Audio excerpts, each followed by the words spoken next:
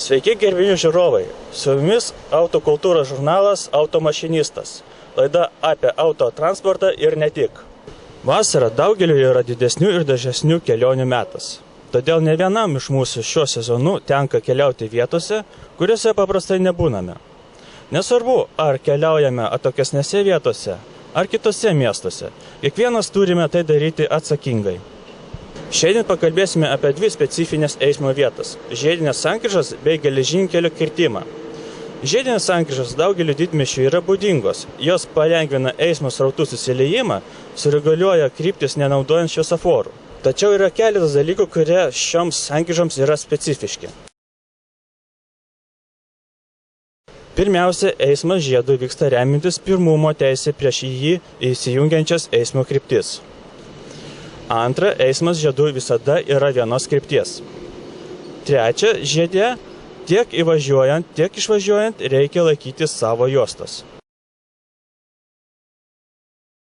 Dažnai praktikoje pasitaikanti vairuotojų klaida – rikiavimas iš juostos į ne tą juostą įvažiuojant į žiedą. Kita dažna situacija žiede – važiavimas žiedu iš juostos, kuris skirta iš jo išvažiuoti. Dėl tokių vairuotojų klaidų neretai kyla avarinės situacijos. Taip pat dažnai yra netinkamai naudojami posūkio signalai. Įvažiuojant į žiedinę sankryžą, posūkio rodyti nereikia, nes judama tik viena ir tą pačią kryptimi laikantis į savo juostas.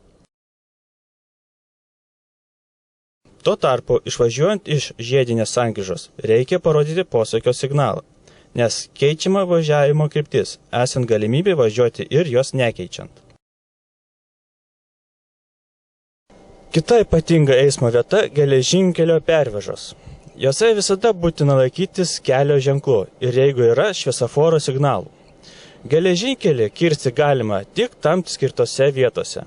Tai atlikti galima nesant reguliavimo, tik įsitikinus, ar iš abiejų pusių neatvažiuoja traukinys. Jeigu matome, kad traukinio nėra, bet užkarda nuleista arba nesant jos dega raudona šviesoforo lempa, geležinkelio kirsti vis tiek negalima. Taigi, aptarėme pagrindinius principus ir praktinės jų išraiškas dviejose specifinėse eismo vietose. Elkimės kelyje atsakingai. Nepatingėkime laiks nuo laiko pasikartoti kelių eismo taisyklių. Tuomet ir žiedinėse sankryžose, ir kertant geležinkelį galėsime tai daryti saugiai bei džiaugtis vasaros kelionėmis, kad ir kur nuves mus kelias. Dėkoju už jūsų dėmesį, gerbimi žiūrovai, iki susitikimo kitose laidose.